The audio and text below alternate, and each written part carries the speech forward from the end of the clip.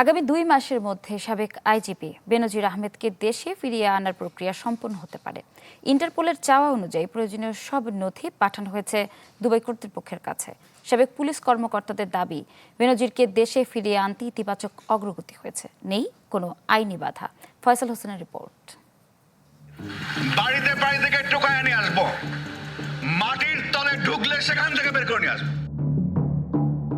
বাংলাদেশ পুলিশের ৩টি গুরুত্বপূর্ণ পদে ১ দশকেরও বেশি সময় দায়িত্ব পালনকালে নানা কর্মকাণ্ডে বারবার সমালোচিত হয়েছেন বেনজির আহমেদ। বিভিন্ন আলোচিত ঘটনার পর দীর্ঘদিন আত্মগোপনে ছিলেন সাবেক এই আইজিপি। দেশ ছেড়ে আবাস গড়েন সংযুক্ত আরব আমিরাতে।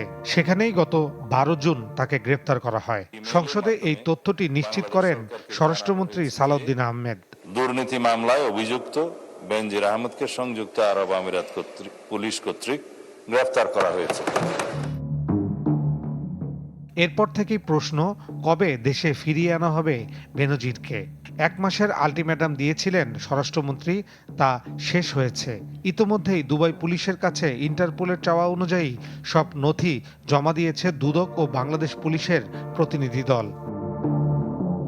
গ্রেপ্তারের পর দুবাইয়ে অর্থ আত্মসাতের একটি মামলায় কারাগারে আছেন তিনি। আমার দৃঢ় বিশ্বাস আগামী ১-১.৫ মাস। পুলিশের সাবেক এই কর্মকর্তার দাবি, দুবাই সরকারের ইতিবাচক সাড়া মিলেছে। সব ঠিক থাকলে আগামী ২ মাসের মধ্যেই বেনজিরকে দেশে ফিরিয়ে আনা সম্ভব হবে। ওই মামলা নিষ্পত্তি হতে হবে, তারপরে আসবে, এরকম কোনো কথা নেই। কারণ আপনারা জানেন যে যে দেশে সে গ্রেপ্তার হয়েছে সেটা তো কোনো গণতান্ত্রিক রাষ্ট্র না, এটা রাজতন্ত্র সিস্টেম। তো সুতরাং রাজতন্ত্র সিস্টেম তারা চাইলেই ফেরত পাঠিয়ে দিতে পারবে। ইউএই সরকার অর্থাৎ দুবাই সরকারেরও একটা সম্মতি আছে, তারা কিন্তু দিবে না এরকম কথা বলে নাই। তা আমার দৃঢ় বিশ্বাস আগামী ১-১.৫ মাসের মধ্যেই ডিজাইন, এলিগেন্স, বিউটি, সেরা পণ্য সবার জন্য জেভিকো তাকে হয়তো ফিরিয়ে আনা সম্ভব হবে। অর্থ আত্মসাৎ, প্রতারণা, জমি দখল সহ বেনজির আহমেদের বিরুদ্ধে দেশের বিভিন্ন স্থানে ডজনখানিক মামলা রয়েছে।